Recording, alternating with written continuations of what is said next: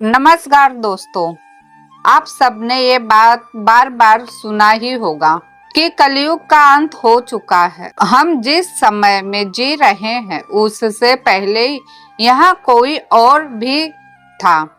इस कलयुग से पहले कई युग थे। बाकी युगों की कहानी हमें पुराणों में मिलता है, जैसे कि अनेकों ब्रह्मांड है, अनेकों पृथ्वी है, अनेकों युग है और जो पहले भी था आज भी है, आने वाले समय में भी रहेगा। ऐसे नष्ट होकर फिर से सृजन होगा, क्योंकि जिसका जन्म हुआ है उसे मृत्यु आएगी, चाहे वो ये विश्व हो या इंसान। दोस्तों,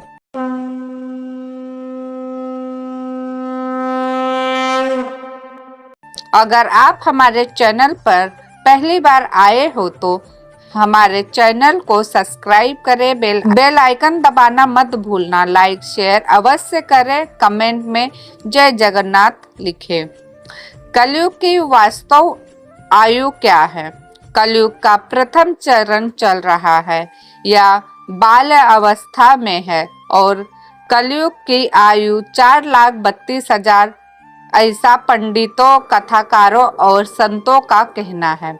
किंतु श्रीमद् भागवत महापुराण में कलयुग की अवस्था के बारे में स्पष्ट प्रमाण दिए गए हैं। जब कलयुग 2300 वर्ष बीत जाने पर भक्ति देवी और नारद मुनि का संवाद होता है।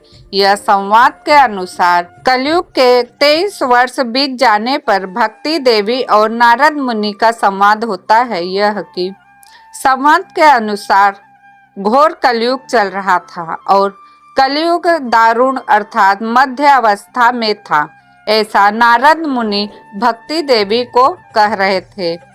अभी कलयुग का 5128 वर्ष बीत गए हैं। हमें यह सोचना होगा कि अभी कलयुग की कौन सी अवस्था चल रही होगी। इस घोर कली कात में जीव प्रायः आसुरी स्वभाव के हो गए हैं। विविध कलेशों से आक्रांत इस जीव को शुद्ध देवी शक्ति संपन्न बनाने का सर्वश्रेष्ठ उपाय क्या है? नारद जी कह रहे हैं, मैं सर्वोत्तम लोक समझकर पृथ्वी पर आया था, पर यहाँ पुष्कर, प्रयाग, काशी, औरी, हरिद्वार, कुरुक्षेत्र, सारंग और सेतुबंध आदि कई तीर्थों में मैं इधर उधर विचरण करता रहा, किंतु मुझे कहीं भी मन को शांति नहीं मिली। इस समय अधर्म के सहायक कलयुग ने सारी पृथ्वी को पीड़ित कर रखा है। यहाँ सत्य, तप, शौच, बाहर भीतर की पवित्रता, दया, दान आदि कुछ भी नहीं है। बेचारे जीव केवल अपना पेट पालने में लगे हुए हैं। वे असत्य भाषा, आलसी, मंद बुद्धि, भागहीन, उपद्रवग्रस्त हो गए हैं। जो साधु संत कहे जाते हैं वे पूरे पाखंड हो गए हैं। देखने में तो विरक्त हैं, किंतु स्त्री धन आदि सभी का परिग्रह करते हैं। घरों में स्त्रियों का राज्य है, साले सलाहकार बने हुए हैं। लोभ से लोग कन्या विक्रय करते हैं और स्त्री पुरुषों में कलह मच रहा है।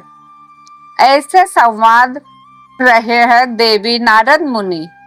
संत अच्युतानंद दास जी ने यह बातें बताई है। भविष्यमालिका के अनुसार कलयुग के अंत के बाद कई प्रसिद्ध और प्राचीन धार्मिक स्थल अदृश्य हो जाएंगे।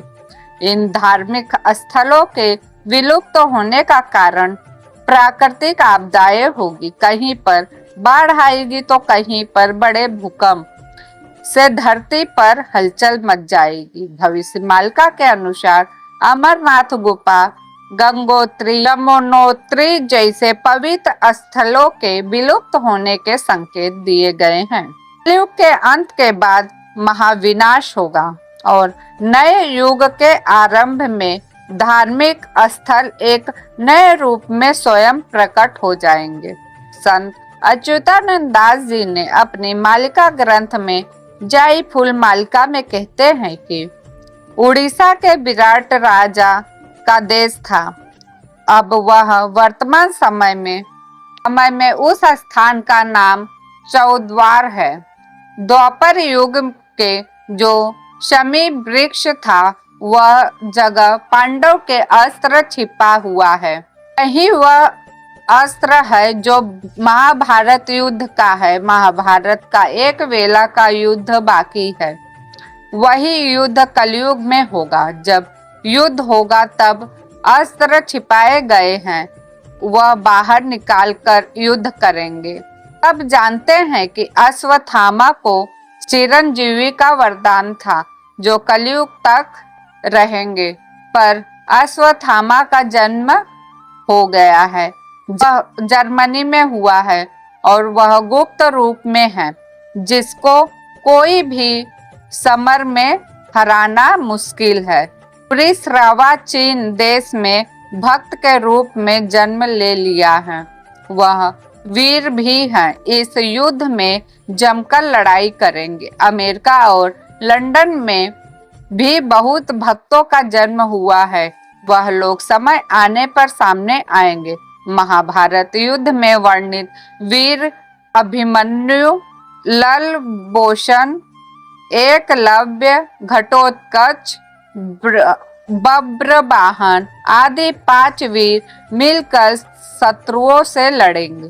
भारत युद्ध में बड़े बड़े वीर युद्ध नहीं कर पाए थे, इसलिए सब युद्ध के प्यासे हैं और आने वाले समय में घोर युद्ध करेंगे। भीष्म, द्रोण, कर्ण और शल्य आदि वीर जो महाभारत युद्ध में कपट समर किए थे और कृष्ण जी के छल द्वारा जिनकी शक्ति समाप्त हो गया था, वह लोग कलयुग में वर्णित कली महाभारत युद्ध में शत्रु से घोर युद्ध करके उनका मनोकामना पूरी करेंगे।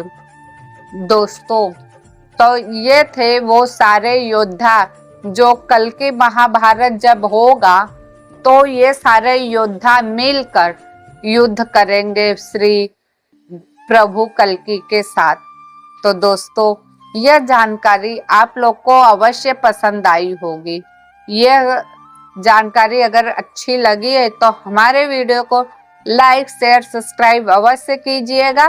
फिर मिलूंगी नई वीडियो के साथ, नई जानकारी के साथ। तब तक के लिए धन्यवाद। जय श्री कृष्ण, जय जगन्नाथ।